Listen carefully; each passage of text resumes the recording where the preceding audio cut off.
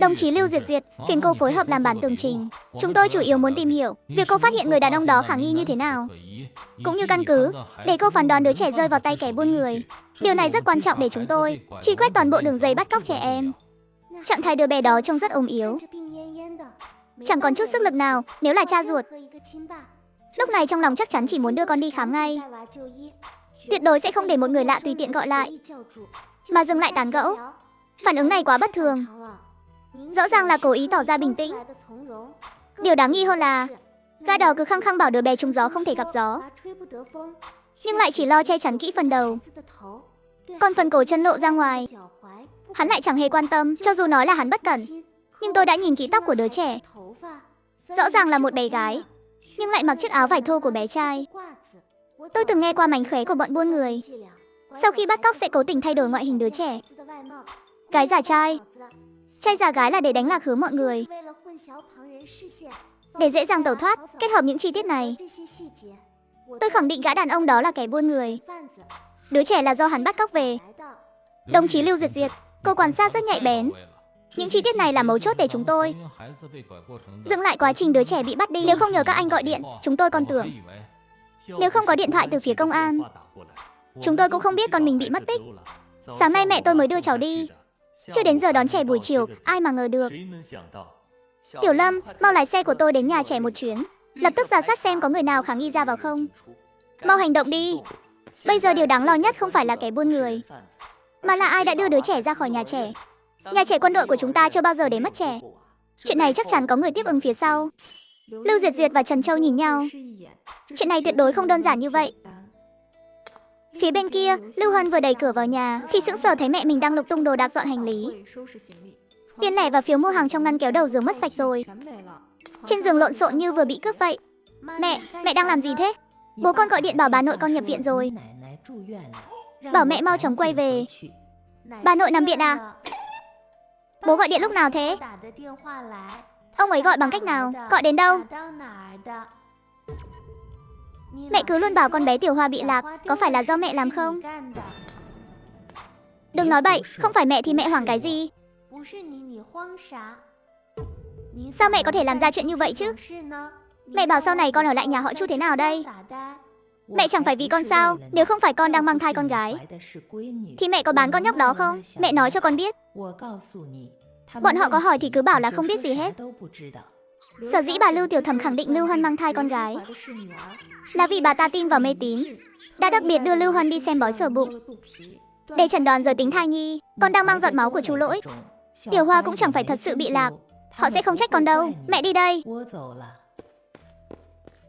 Tôi không biết gì cả. Chú Lỗi sẽ không đổ tội lên đầu tôi đâu. Cùng lúc đó, trong con hẻm sau tiệm cơm Quốc Doanh, một người đàn ông đội mũ rơm, gánh đòn gánh gõ cửa. Hỏng việc rồi, lão Tôn bị tóm rồi. Người đàn bà đó chạy về phía nhà ga rồi. Mau rút đi, đồ vô dụng. Có chút việc cũng không xong, cậu đi chặn bà ta lại trước đi. Không được để bà ta bị sa lưới. Khi cần thiết thì... Người đàn ông gật đầu, cánh đòn gánh, bước ra khỏi hẻm, tiếng dao rõng rạc. Lê đây, Lê nhà chồng đây, bán rẻ đây. Trong tiệm cơm Quốc Doanh, Trần Ngọc Phân đang xin quản lý nghỉ phép. Sư phụ Trần, sao chị lại xin nghỉ nữa rồi? Chị làm thế này, tôi rất khó giải quyết đây. Mẹ chồng tôi bị bệnh rồi, bệnh rất nặng. Ước tính chỉ còn 1-2 ngày nữa thôi. Tôi phải về nhìn bà ấy lần cuối. Chẳng phải nhà chồng chị hay bắt nạt chị sao?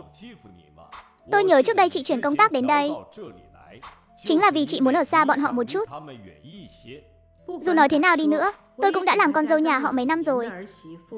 Bà ấy là bề trên, có bao nhiêu mâu thuẫn thì lúc này cũng nên bỏ qua thôi. Được rồi, lần này tôi phê duyệt cho chị. Xong việc thì anh về sớm nhé. Cảm ơn quản lý. Ngay khoảnh khắc bước chân ra khỏi cửa tiệm, hai người lính mặc quân phục đã chặn đường bà ta. Đồng chí Trình Ngọc Phân, chúng tôi là người của khoa bảo vệ, mời bà đi một chuyến. Thím Lưu mất tích rồi, có lẽ đã lành ít dữ nhiều.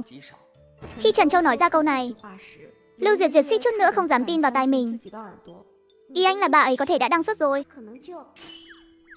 Lưu Duyệt Duyệt ngồi phịch xuống ghế sofa. Sự biến mất của thím Lưu càng khẳng định thân phận của Trình Ngọc Phân không hề đơn giản. Nếu thím Lưu còn ở đây thì có thể lấy được nhiều thông tin từ bà ấy. Bà ấy không còn nữa, Muốn cậy miệng Trình Ngọc Phân không dễ, nên đồng bọn của Trình Ngọc Phân sẽ không để bà ta có cơ hội lên tiếng. Lưu Duyệt Duyệt tin vào phán đoán của Trần Châu. Cô chỉ không ngờ mọi chuyện lại thành ra thế này. Kiếp trước dẫm lên cuộc đời cô để leo lên hưởng vinh hoa phú quý như thím Lưu. Kiếp này đến mạng cũng không giữ được. Dạo này ngoài bệnh viện và nhà họ Hoắc thì em đừng đi đâu cả. Mỗi ngày anh sẽ đều đưa đón em. Anh sợ có người sẽ trả thù em sao? Chính vì manh mối từ chỗ Tiểu Hoa mới lôi được bọn chúng ra ánh sáng. Nếu không có chuyện của Tiểu Hoa, dù chúng ta có bắt được Trình Ngọc Phân, có lẽ cũng chẳng khai thác được gì từ bà ta. Mẹ cô và Trình Ngọc Phân rốt cuộc có quan hệ gì? Tôi không biết. Tôi thật sự không biết. Tôi chỉ thấy mẹ dọn đồ. Mới biết bà ấy đã bán Tiểu Hoa rồi. Bà ấy còn dẫn tôi đi tìm Trình Ngọc Phân, nói cho đó có người xem được tôi mang thai trai hay gái. Biết tôi mang thai con gái, con nói có thể chuyển giới tính thai nhi. Tôi hỏi làm sao, bà ta không nói. Người thẩm vấn nhìn nhau, nhanh chóng ghi chép lại. Chắc chắn có khuất tất. Thạch đầu con không sao chứ? Khoa bảo vệ không làm khó con chứ? Mẹ con không sao, nhưng lần này con phải ly hôn với Lưu Hân. Người phụ nữ đó và mẹ cô ta đúng là sao chổi. Đúng rồi, chuyện chuyển giới tính mà con hỏi mẹ biết là gì? Toàn là hủ tục phong kiến. Nói sinh con gái là tiểu quỷ đầu thai, ép người ta phải đẻ con trai, hoặc là xử lý con bé để xua đuổi vận xui, hoặc là vứt vào rừng sâu. Ba mẹ chồng nhà cô ba của anh giữa mùa đông vứt cháu gái 2 tuổi vào rừng cho hẹo vì lạnh. Chưa đầy 2 tháng sau đã sinh ra Dượng Anh. Loại chuyện thất đức này sớm muộn gì cũng bị trời đánh thôi. Mẹ chồng anh cũng đang ủ mưu độc ác này đấy. Mặt Chu Lỗi trắng bệch như tờ giấy, toàn thân lạnh ngắt. Hóa ra cái gọi là đổi vận chính là muốn tiễn Tiểu Hòa đi luôn. Tôi đi cảm ơn tham mưu trưởng Trần và Lưu Duyệt Duyệt đây. Nếu không có họ, nhà mình không chỉ mất Tiểu Hòa mà còn bị mẹ con bà ta kéo xuống hố sâu. Chu Lỗi đi đến cửa nhà Trần Châu nhưng không dám vào. Bây giờ người trong khu thấy anh đều né tránh, sợ bị liên lụy. Tham mưu trưởng Trần, đồng chí Lưu Duyệt Duyệt, đa tạ mọi người đã cứu Tiểu Hoa, cũng đã cứu cả gia đình tôi. Trước tiên hãy lo việc nhà, xử lý xong thì hãy tỉnh táo hơn.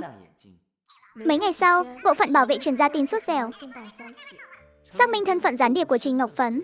Người chị gái được cho là mất tích của bà ta, thực chất đã trốn sang phía bên kia, trở thành phu nhân của quan chức cao cấp. Hai chị em lén lút cấu kết nhiều năm. Trình Ngọc Phấn chính là quân cờ được cài cắm gần đơn vị. Tôn Đại Thành ở bãi than, ông lão nông dân đội mũ nam, tất cả đều là đồng bọn của bà ta. Mục tiêu ban đầu của tôi là Lưu Duyệt Duyệt. Tiếc là con bé đó quá cảnh giác, nó chẳng dễ bị lừa như Thành Đại Trúc. Cho chút lợi lộc còn con là cắn câu ngay. Tôi chỉ ám chỉ vài câu, rồi bảo lão Tôn tiếp cận. Bà ta đã tự nguyện đưa đứa bé ra rồi. Các người hỏi Thành Đại Trúc ở đâu ư? Sao tôi biết được? Biết đâu đã bị người của tôi xử lý rồi cũng nên. Cấp trên phía bên kia của bà đã sụp đổ rồi. Đồng bọn của bà là lão nông dân cũng bị bắt và khai hết rồi. Bà nghĩ mình còn chối cãi được sao? Trình Ngọc Phấn nhìn bằng chứng, mặt bỗng trắng bệch, toàn thân run rẩy. Sự kiêu ngạo của bà ta sụp đổ trước những bằng chứng thép. Còn phía làng họ Lưu lại càng dậy sóng hơn. Chủ nhiệm công xã Ngô Đại Quân dẫn theo một nhóm người xông thẳng vào nhà Lưu Hân Dân. Trói người lại rồi Ngô Đại Quân quát lớn: lão can thiệp gì chứ? Nhà tôi 8 đời bần nông gốc gác trong sạch. Bần nông cái gì? Thành Đại Trúc cấu kết với mật thám, buôn bán cháu gái ruột. Cấp trên đã có lệnh, tất cả những người liên quan đều phải bị giải đi thẩm vấn. Ngươi và cha mẹ ngươi không một ai thoát được đâu. Dựa vào cái gì chứ? Chúng tôi không biết gì hết mà. Dân làng vừa nghe thấy cấu kết với mật thám, liền đồng loạt lùi lại một bước lớn. Không ai dám tiến lên giúp đỡ nữa. Thời này mà dính tới mật thám là coi như bay màu. Ai cũng sợ bị liên lụy. Lưu tiểu cô vốn định đưa gia đình đến giúp nhà ngoại, nhưng vừa nghe thấy vậy liền bùn rùn chân tay. Chồng bà ta lôi đi ngay. Mau đi thôi, cô muốn bị bắt đi đầu tố à? Mẹ ơi, con còn được đi lính nữa không? Lưu tiểu cô ngã bệt xuống đất gào khóc thảm thiết. Thành Đại Trúc cái đồ đáng tội chết kia, ông định hại chết cả nhà chúng tôi sao? Chu Lỗi nhanh chóng ly hôn với Lưu Hân. Giờ đây chuyện này không còn phụ thuộc vào Lưu Hân nữa rồi. Ngay ngày đơn ly hôn có hiệu lực, Chu Lỗi đã đến phòng bảo vệ, gặp Lưu Hân chỉ với một mục đích, bảo cô ta sinh con xong thì giao cho anh nuôi dưỡng. Anh Chu, em không ly hôn đâu, anh đừng bỏ em. Em xin anh đó, nếu đến cả anh cũng không cần em, thì em biết phải làm sao đây? Anh cứu em với. Anh nói với họ đi, em thật sự không biết gì cả. Anh bảo họ thả em ra đi, em cầu xin anh đấy. Ly hôn xong rồi, cô cứ yên tâm. Cô sẽ không phải ở lại đây lâu đâu. Lưu Hân quả thực không ở lại đó lâu. Ngày thứ hai sau khi Chu Lỗi đến, cô ta đã được một đồng chí ở phòng bảo vệ hộ tống về nhà họ Chu. Nó còn vác mặt về đây làm gì? Mau đuổi nó đi. Đuổi nó ra ngoài cho tôi. Chu Đại Nương vừa quát lên, Tiểu Hoa liền òa khóc nức nở. Ông chặt lấy cổ Chu Đại Nương nấc nghẹn gào thét. Nhìn xem nó làm đứa nhỏ sợ đến mức nào. Ai cũng nói Lưu Hân là kẻ vứt bỏ con cái. Nhìn đứa trẻ sợ hãi thế này. Em là trước đây Lưu Hân không ít lần dọa dẫn đòi vứt bỏ nó ngay trước mặt con nhỏ. Tôi thấy có khi ngay từ đầu người ta đã biết hết rồi. Giờ thì chẳng tìm thấy người đâu. Chẳng phải là hắn muốn nói thế nào thì là thế đó sao? Tôi không biết gì hết. Tôi đúng là có nói mấy lời đó để dọa Tiểu Hoa. Nhưng tôi thật sự không có gan làm chuyện xấu đâu. Anh ta đến để dọn hành lý. Đồ anh ta từng dùng cứ để anh ta mang đi hết đi. Cả chăn màn nữa. Còn cả cái chậu rửa mặt nữa. Ở nông trường không có mấy thứ này đâu. Thạch Đầu, con quan tâm hắn làm gì? Lưu Hân đứng chôn chân tại chỗ, lòng đầy hối hận. Nếu lúc đầu không để mẹ đến, thì nhà họ Chu có lẽ đã không xảy ra những chuyện này. Cô bị đưa thẳng đến nông trường lao động cách đó hàng trăm dặm. Để tiếp nhận cải tạo, mãn hạn tù sẽ bị trục xuất về nơi đăng ký hộ khẩu. Còn về đứa trẻ trong bụng, cô nghiến răng nghe theo lời Chu Lỗi. Sinh nó ra, đợi đến khi đứa bé chào đời, Chu Lỗi sẽ đích thân đến đón. Còn đưa cho cô một khoản tiền, đủ để trang trải cuộc sống sau này. Coi như để cắt đứt đoạn nghiệt duyên này.